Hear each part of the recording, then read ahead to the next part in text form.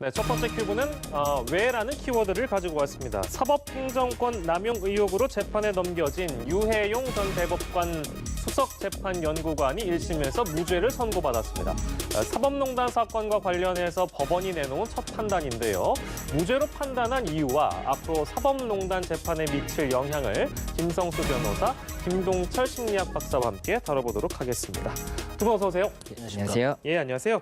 자, 먼저 유 전 판사에 대한 혐의부터 저희가 좀 짚어보도록 할 텐데 청와대 등 제3자에게 전달할 목적으로 소송 내용을 외부에 누설해서 사법부의 신뢰를 훼손했다. 그때 당시 이제 구형이 징역 1년 6월이었습니까? 어땠습니까?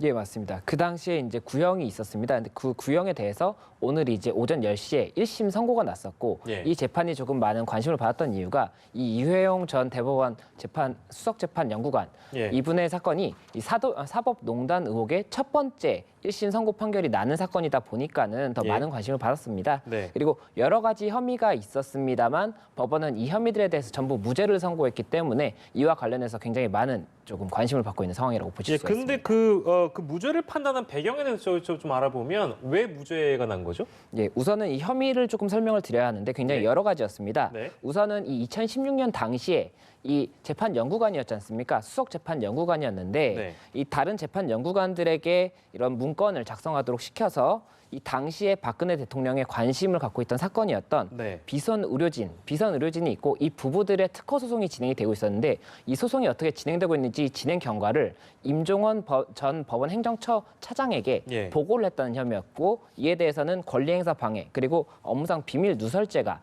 이제 혐의가 있었는데 예. 이에 대해서 법원에서는 이 검찰이 제시한 증거만으로는 예. 혐의 인정이 부족하다라고 해서 무죄를 선고했던 부분이고 예. 또 이와 별도로 대법원 진행 사건의 재판연구관 검토 보고서 그리고 판결문 초안 등을 이 재판연구관을 이제 마치고 변호사로 개업을 하는 과정에서 가지고 나갔다는 것입니다. 그렇기 때문에 이 부분은 공공기록물관리법 위반 그리고 개인정보가 있었기 때문에 예. 개인정보보호법 위반 혐의가 있었는데 예. 이에 관해서도 법원에서는 이 파일 유출 사실에 대해서 증거가 부족하고 예. 만약에 있다고 하더라도 이 부분 뭐 증거들만 가지고는 혐의가 인정되기는 조금 어렵다라고 해서 이 부분도 결국 무죄가 선고가 됐던 부분이고 예. 또 한 가지가 이 유해용 전 이제 재판연구관이 나가서 변호사로 개업을 한 다음에 대법원에서 당시에 진행하고 있던 사건 중에 하나를 맡아서 수임을 하고 진행을 했는데 예. 이것이 변호사법상의 위반 혐의가 있다는 것이었는데 예. 이에 대해서도 법원에서는 이 부분 뭐 인정이 된다고 하더라도 뭐 조금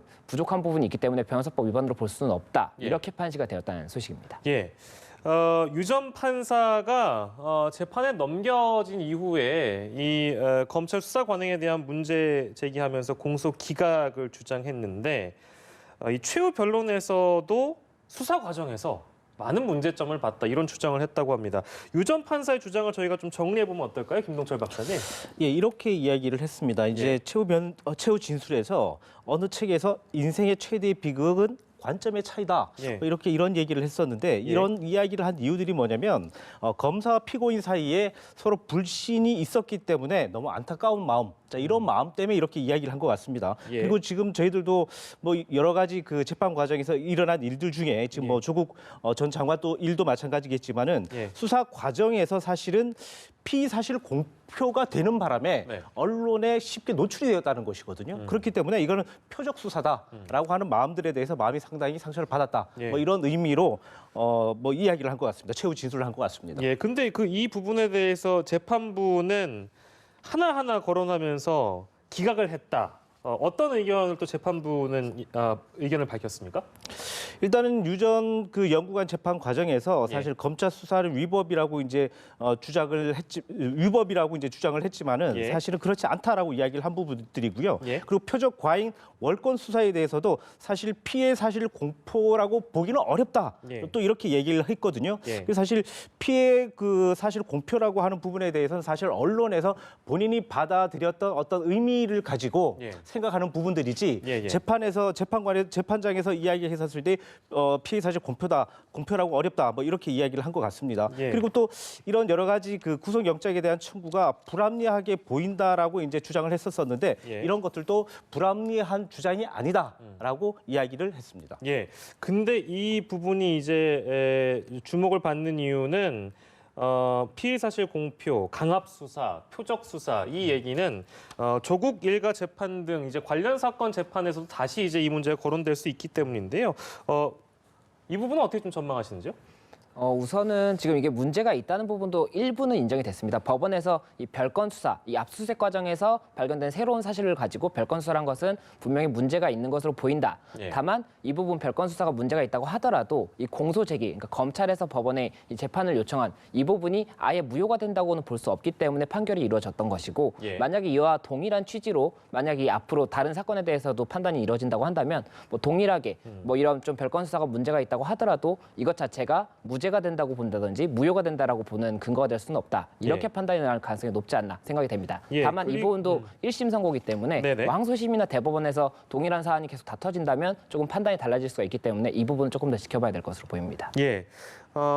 이제 이 판결이 양승태 사법부 사법농단 사건과 관련해서는 지금 제가 알기로 첫 번째 판단인 것이죠. 네, 예, 첫 번째 맞습니다. 판단인데 그렇게 되면 앞으로 이제 여러 재판들이 좀 남아 있는 상황이기 때문에 앞으로의 그 재판 전망에 대해서 한번 해보고 저희가 좀 마무리하도록 하겠습니다. 예, 이 사법농단 의혹 사건이 지금 사실관계가 다 다르기 때문에 사실 이번 사건이 무죄가 선고됐다고 하더라도 다른 사건들도 다 동일하게 무죄가 선고될 것이라든지 직접적인 영향을 줄 수 있다는 것은 조금 단언하기 어렵고 예. 다만 이번 사건에서 임종원 전 차장 같은 경우에는 공범이라고 볼 수가 있었던 부분이 있었기 때문에 이 부분과 관련해서는 조금 더 유리하게 진행이 될 수는 있습니다. 다만 이 부분도 결국에는 이전에 뭐 삼성과 뭐 최순실 사건 같은 경우에도 이 항소심과 1심이 좀 결론이 달랐다가 대법원에서 합치가 됐었기 때문에 예. 이렇게 진행될 수도 있는 부분이어서 조금 더 상황을 지켜봐야 될 것으로 생각이 됩니다. 예, 첫 번째 큐브 속 사건으로 만나본 내용이었습니다. 유해용 전 판사에 대한 재판 1심에서 무죄를 선고받았다는 내용 저희가 전달드렸고요.